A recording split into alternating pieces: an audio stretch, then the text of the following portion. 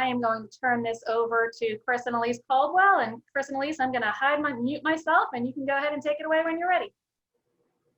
Okay, thank you, Kim, and welcome to Vero Beach, Florida, where it's warm year-round. We don't have to winterize our boats.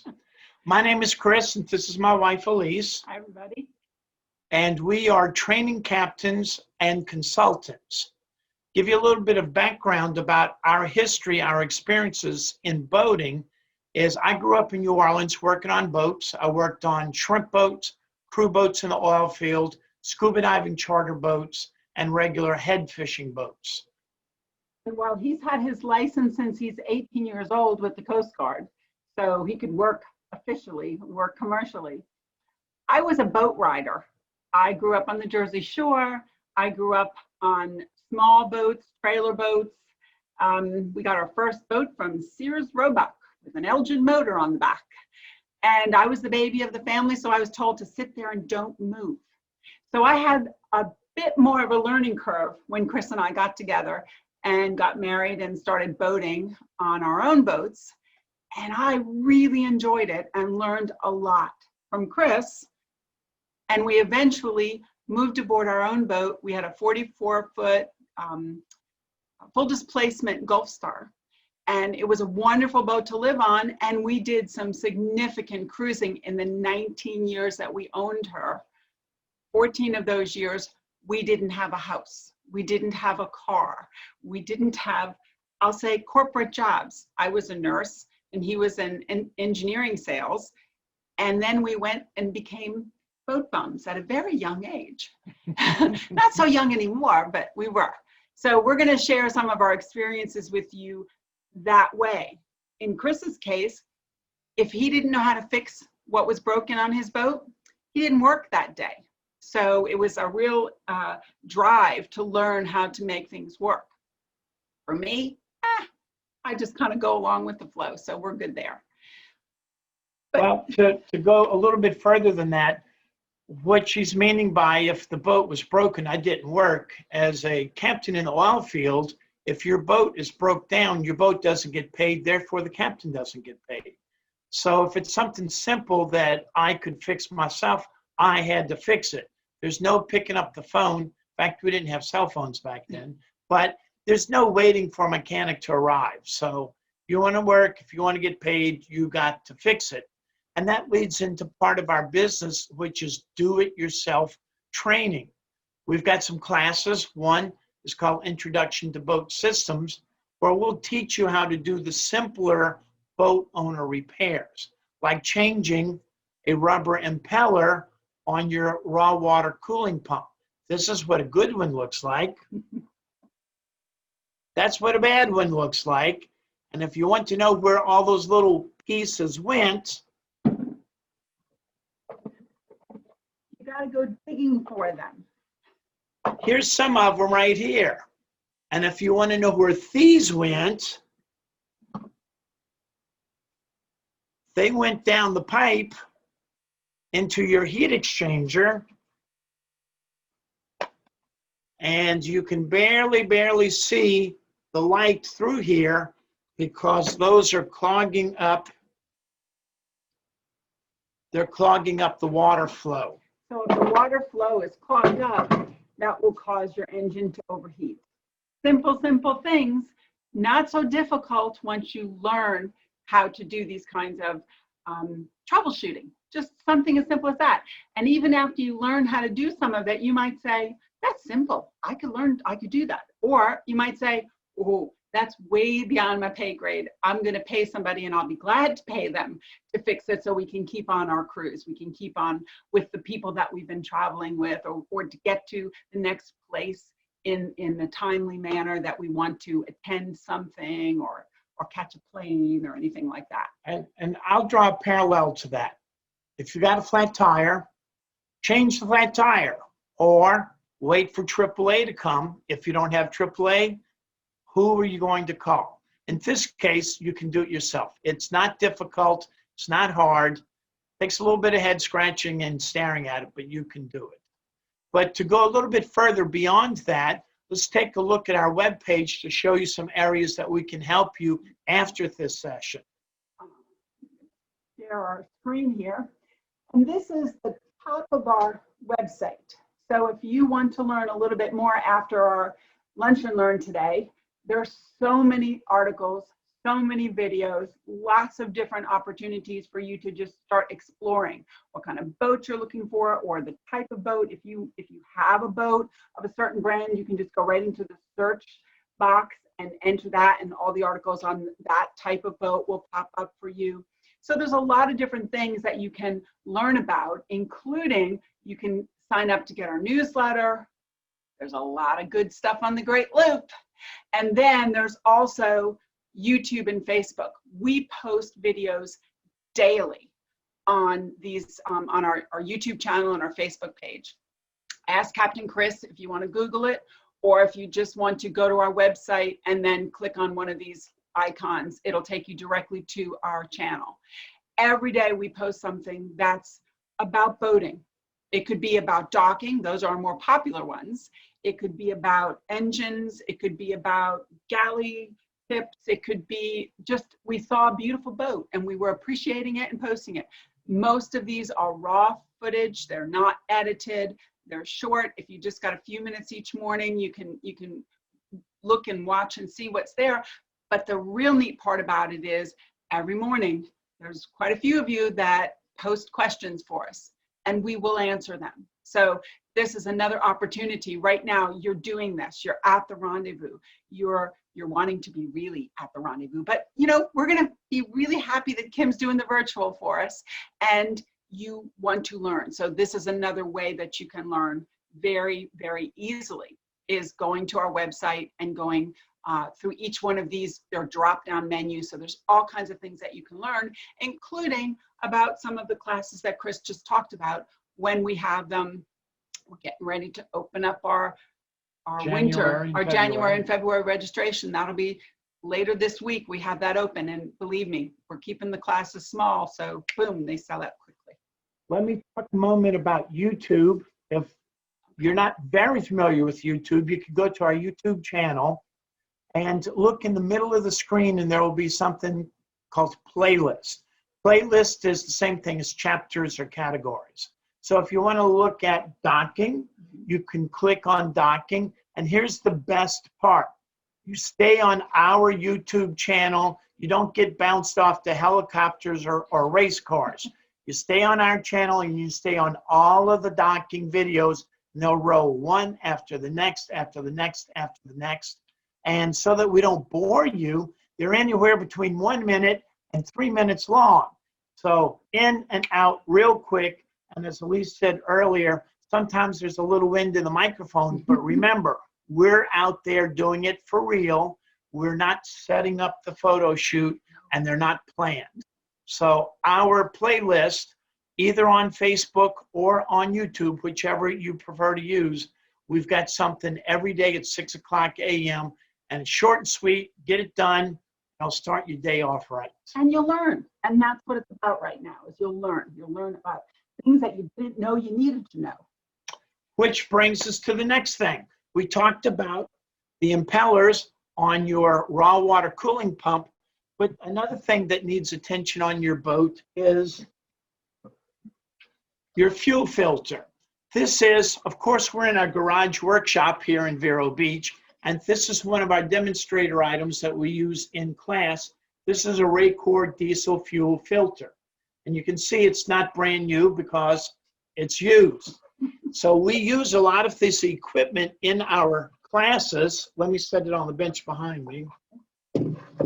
There you go, you can see that. And then this is the element that goes inside. So if you're looking at the element, you can see that it's red. I actually spray painted it. But when it's inside of the fuel filter body, U.S. American off-road diesel fuel is stained or dyed a cranberry red color. This proves there's no highway tax paid on the red fuel. So that prevents a trucking company from using bulldozer diesel fuel or boat diesel fuel in the fleet trucks on the highway.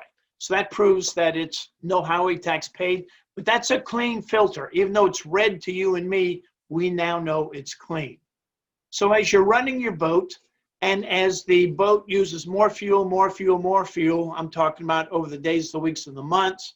And if your fuel gets old and aged and it starts to decay, it will clog up this fuel filter, much like clogging up the air conditioning filter in your house. You've got a lot of dust in that.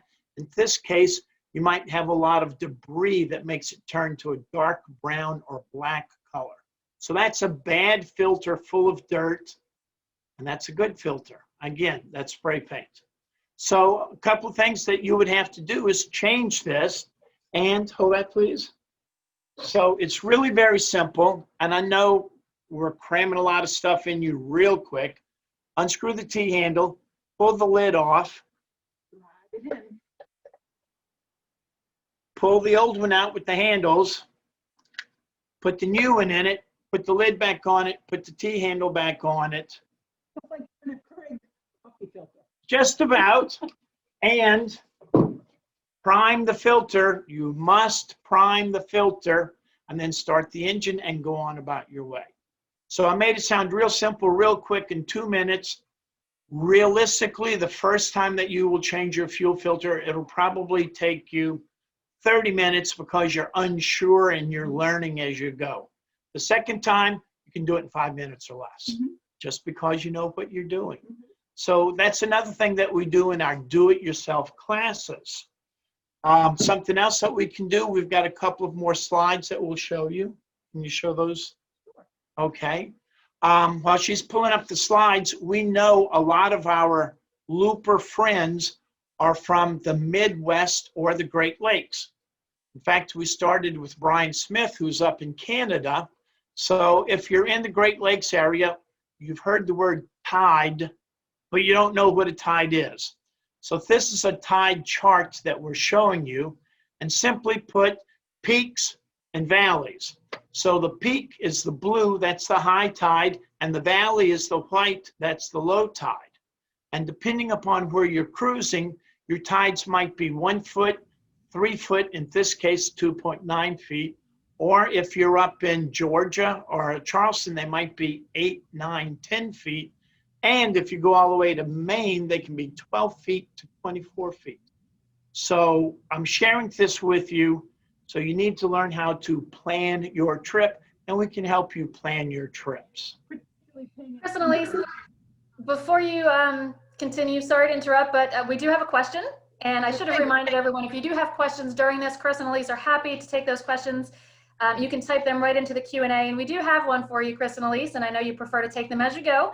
So first question is from Scott Feed. I typically change both primary and secondary fuel filters at the same time. Do I always need to do both? Well, there's no best answer for that, but it depends upon what size filter you're using in the Raycor. Is it 2 microns, 10 microns, or 30 microns? And what kind of engine do you have? And that's generally a 5 micron filter on the engine, generally. And what RPMs are you using that engine? You can contact us later and I can give you better detailed answers and be glad to help you with that. But in a nutshell, if your primary filter, and I'm going to use primary as the first filter screwed onto your bulkhead, if that's clean, then you have to assume that the engine filter is clean also. So that's your first line of defense. Capture the debris here, and the engine will never have a dirty fuel filter. I hope that answers you a little bit right now. Okay. We did get one comment, Elise, that it's a little bit more difficult to hear you than Chris. I think maybe you're just a little bit further away from the computer. So if you can either get a little closer or speak a little louder, I think it'll help a lot. And we don't have any other questions as of now. So if you want to go back to what you were doing before I interrupted, and if we get some more, I'll let you know. Great. Okay. Great. Let's go to the next photograph. Okay. Back to the screen. And remember, we're just trying to cram a whole lot into 20 minutes. This is a day beacon, which is the proper word, beacon, meaning there's a light on the top of it. That's a red triangle number 30 with a yellow decal.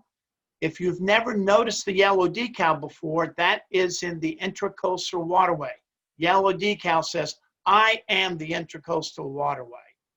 You can also see a solar panel and a battery to power the beacon light at night. Now here's my favorite. The next photograph is an engine, and you can look at this thing and think it's a nightmare, but if you can get past the nightmare, let's look at another service that we offer called online boat previews. So if you're looking to buy a boat and you see one online that you are interested in, you can email me that link, and then I can review that and write a summary and return it to you. But the important part here is look down at the bottom right, that silver alternator. See how it's crooked? So two things are happening here. Aside from it being crooked, you're wearing out the bearings very early, and that fan belt's going to pop. And when that fan belt pops, your water pump will stop pumping, the engine will overheat, and you're dead in the water. So these are the kind of things that we can see in these photos for online previewing of a boat before you even call the broker. I want to say we're not brokers, we're consultants, we're training captains, but we can help prepare you with questions before you call the broker of whatever boat you're interested in. Mention the different color paint. And the string at the top. Yeah, the string at the top is a real key that says, this was maybe an Take a walk. shade tree mechanic. Take a walk. So this is something that we want you to appreciate and learn. That's your final, shall we say, reward. You There you have go. the privilege, after you cross your wake, of flying this wonderful. Are we ready? I feel like we should have some sort of incredible music. Pomp and circumstance or something, you know. Dun, dun, dun, dun, dun, dun. How cool is that, huh?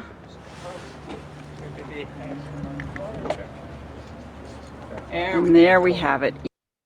And that's something that most of us aspire to, being able to cross our wake, have that gold burgee flying on our bow, and have gotten there with all good memories and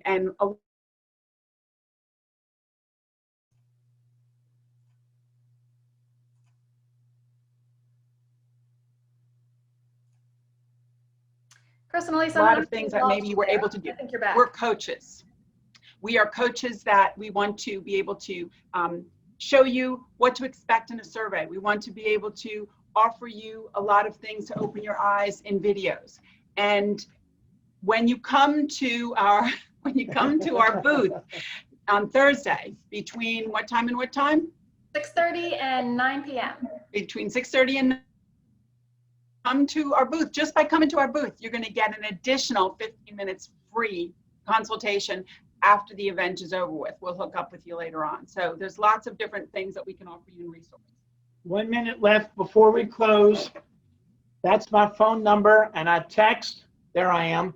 So if you want to get any questions to me immediately, text to that telephone number or write to chris@askcaptainchris.com, and I'll be glad to answer you today or tomorrow, and we'll see what we can do, especially going back to the person asking the questions about the primary and the secondary fuel filters. Be glad to help you with that.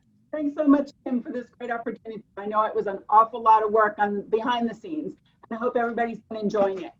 Yeah, I think everyone has been enjoying it, and thank you, Chris and Elise, for your sponsorship. We can take some questions if there are any for Chris and Elise, and while we're giving you a moment to either raise your hand to let us know that you have a question, you can do that by going to the participants button, and then you should see a link at the bottom of that to raise your hand if you do have a question. But as Chris and Elise mentioned, they will be in their booth on Thursday evening from 6:30 to 9. That is when we have the sponsor expo hall, as well as the meet and greet going on, and our photo booth. So be sure to join us on Thursday evening. I also want to mention that tonight, Tuesday evening, during our regular session, Chris and Elise will again be giving away a door prize, and that's a 45-minute free consult with Chris and Elise. So some lucky winner will get that this evening. So if you have questions for Chris and Elise, you can reach out to them. I do see one hand raised, so it is actually Brian Smith. Go ahead, Brian, when you're ready. Hey, Kim, Chris and Elise, I just had not a question, but a comment. We live in Eastern Canada near the Bay of Fundy. and we have the highest tides in the world. The tide difference today from high to low tide is 20 feet. You got to respect it. You have to respect it. So, Brian, maybe you can share with some other people when you go to the social sessions during the rendezvous that people from the Great Lakes and middle North America have to learn to respect the tides and plan their trip according to the tide. Both leaving and arriving. Yeah, I thought we had it bad here in Charleston where sometimes it's 9 feet and you have to plan around that, but I'm going to have to take some pointers from Brian, I think. I did get a few questions for you, Chris and Elise, while we were chatting. So first one, do you recommend that Loopers install AIS? It depends upon your budget. Bottom line, is it a lovely tool? 100% it is. And if I'm going to spend the money on an AIS, I'm going to have it be both ways, where I transmit as well as receive. But in the 19 years that we owned our boat, we never had AIS. We had radar. That was, to me, absolutely number one. But when we started out 100 years ago, AIS was just not affordable. It was way more than a boat note. But another advantage with AIS is it will show up on your screen. So if there's a vessel that you need to speak with on the VHF radio, you'll know that vessel's name. When you are cruising in the old days, like we were, you had to get close enough to use the binoculars to see the name. But now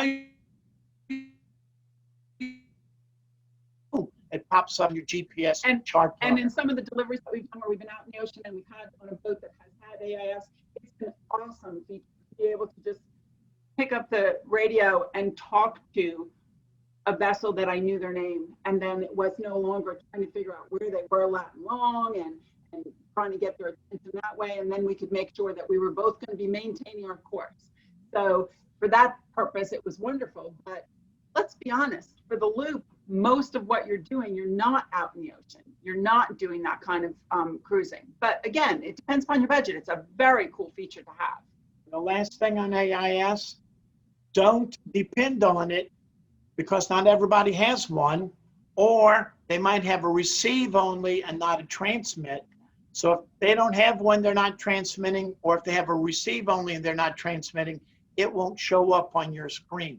So you still need to have skills to look, see what's out there.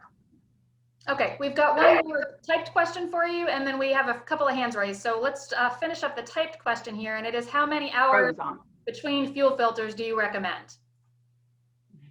The answer, well, there's a bunch of answers. Number one is, when's the last time you changed the fuel filter in your car?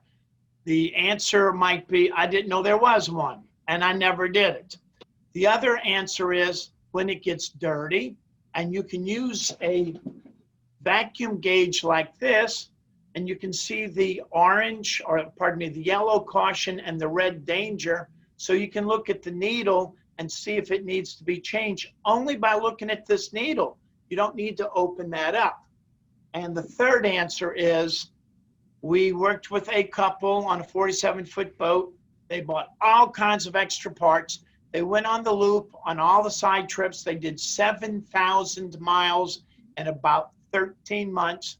And he said, Chris, what am I going to do with all these fuel filters? I said, what do you mean? He said, I didn't use any of them. I didn't have to. So those are the three different answers. You use all the time. It's not something that you find you're having to change that often. If you buy fuel in places that didn't put water in their fuel, accidentally, or they didn't have dirty fuel stirred up from the bottom, or you bought a boat maybe that has it's been sitting for a long time, it's got a lot of old fuel and the tank is a mess. You may go through a lot of filters in the beginning, but once you get it cleaned up. So again, the answer is when it gets dirty, and the vacuum gauge, we don't sell these, but vacuum gauges are about $150.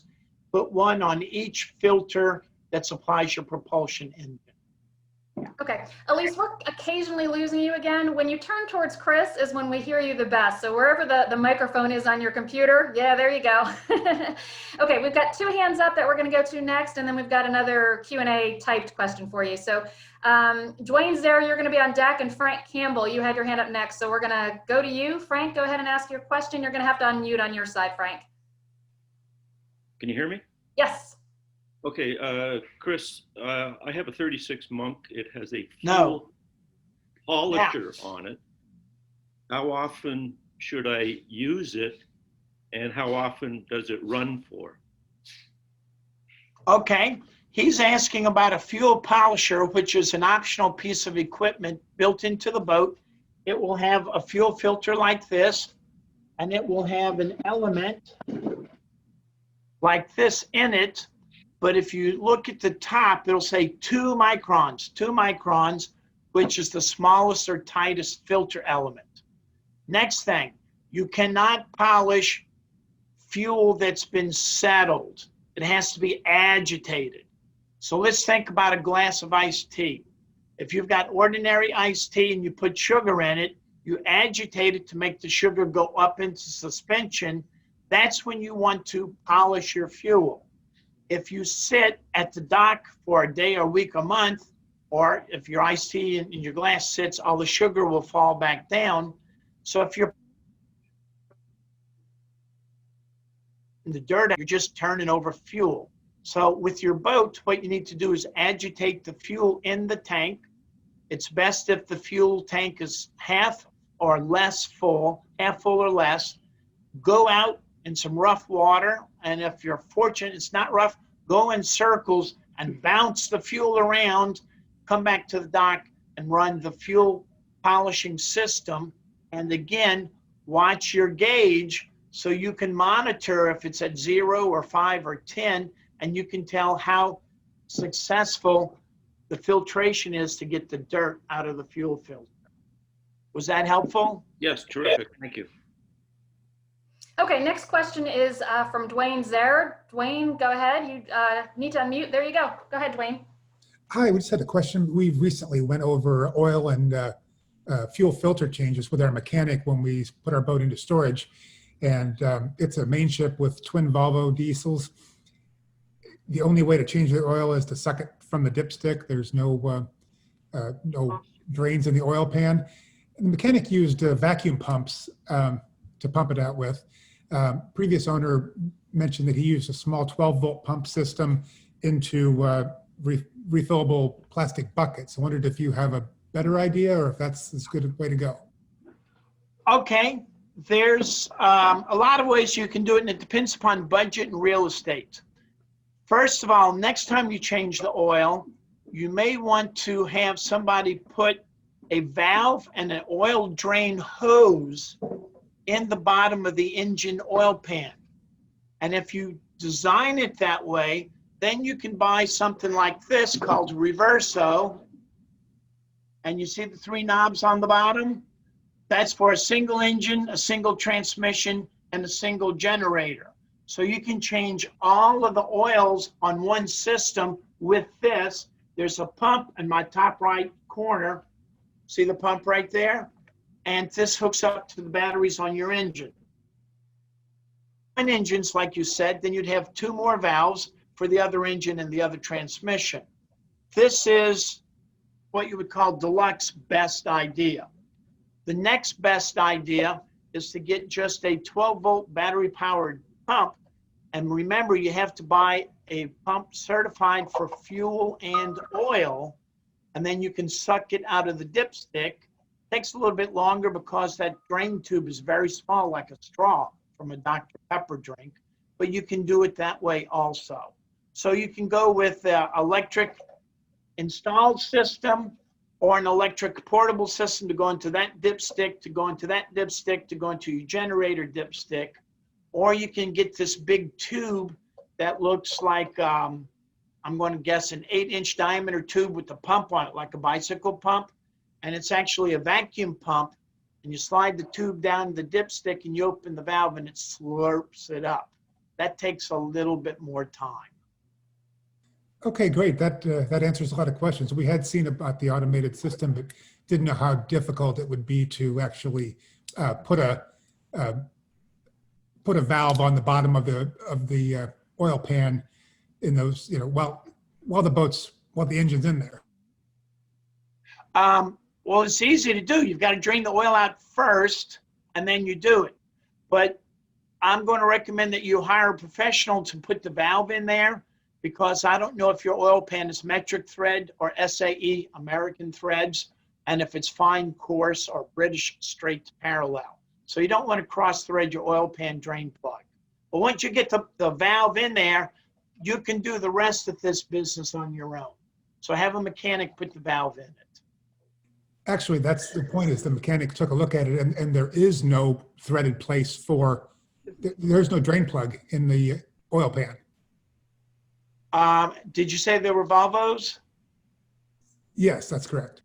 I would check with the Volvo service company. I don't know that, but they don't.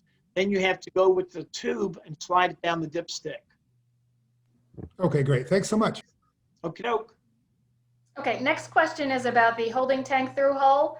The question is, when winterizing my through hulls, it seems that nobody talks about blowing the air out of the holding Seacock valve. Do you recommend this, or just ignore it for obvious reasons?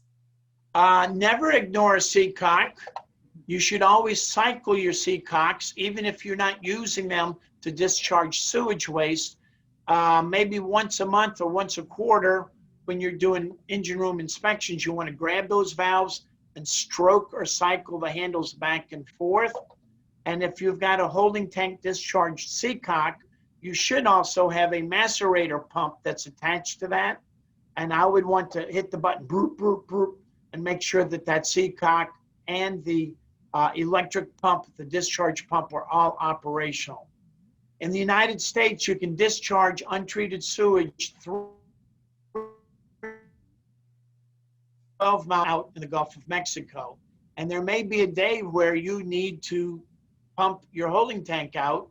And if the Seacock does not open or that macerator discharge pump does not pump, you're in trouble.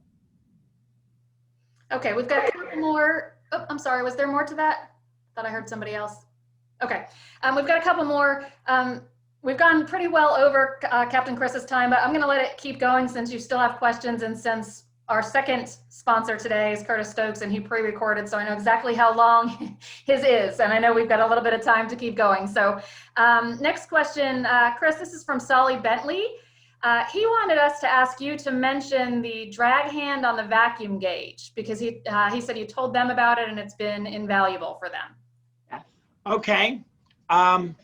We tried to do as much as we could in the time allotted. Now we've got extra time. I'll go into it. Thank you. This gauge is actually a vacuum gauge. It's not a pressure gauge. It measures vacuum.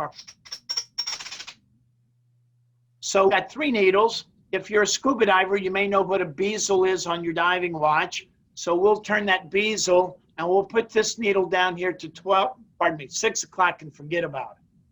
Now we've got 2 other needles left. And you can see this is the dynamic needle. As you're running your engine faster and faster, and the engine has to work harder to suck fuel out, the resistance needle will come up, called the dynamic needle, showing the vacuum or the resistance. As it goes up, both of these needles go up, and then when you turn the engine off, one goes down and the other one stays up, called the dragger. So I will put the dragger up here. Can you see me moving it? So right now, it's in the yellow. So I can decide that my filter is getting dirty, and that says it's in the yellow, it's in the caution zone. If you don't have, can you hear me now, Tim? Are we good? At the end there, it was better. Right when you first started to talk, it didn't get you. There you go. Okay. When you have a traditional vacuum gauge that does not have a dragger needle, they're only going to show you where it was in the yellow or in the red or in the green when the engine is running. The dragger needle will allow it to stay after the engine's turned off, and then you can see what the worst case scenario is. Yeah. So what we're talking about here is it's in the yellow right now. So if I'm in Vero Beach today and I'm going to go to Daytona Beach tomorrow, I'm in protected waterways in the Intracoastal, the weather's good, and I'm only doing 7 knots, I'll go to Daytona and I'll change it there. Or if I'm going to go out into the ocean and go up to Cape Canaveral with the motion of the ocean, I might stir up more sediment and it might plug up that filter sooner. So I would want to change it before I go out into the ocean. So the dragger needle is a benchmark. It's a tattletale. It's a benchmark. Planned maintenance, changing the fuel filter. You don't have to be down in the engine room at that moment of its highest RPMs. Okay, just a couple more. This next one I think is going to be kind of quick. The question is, have you heard of anyone that has experienced GPS signal disruption? DOT issued a warning just yesterday, and we've kind of seen those warnings coming on a fairly regular basis lately, actually, but I have not heard of anybody actually experiencing a disruption, but I have seen a few notices. How about you, Chris and Elise? We've seen a lot of them, but we're seeing more often, and you can look at the space race. Every time that they're sending up a rocket or a missile, they're scrambling the signals. And we live near Cape Canaveral. If you're over in Panama City, Florida, they'll scramble the signals over there also because they're doing torpedo bombing runs over there. Other places where you have the Department of Defense, they'll scramble the signals. They may tell you in advance or they may not tell you. So you'll get a bad signal. So thank you for proving that this old gray beard likes to teach binoculars, magnetic compass, and paper charts. You need to learn the basics so when all of your digital navigation goes south on you, you can still be safe and know where you're going. And sometimes it's not as dramatic as all that. Sometimes it is. A little closer, Elise. We're not quite getting you again.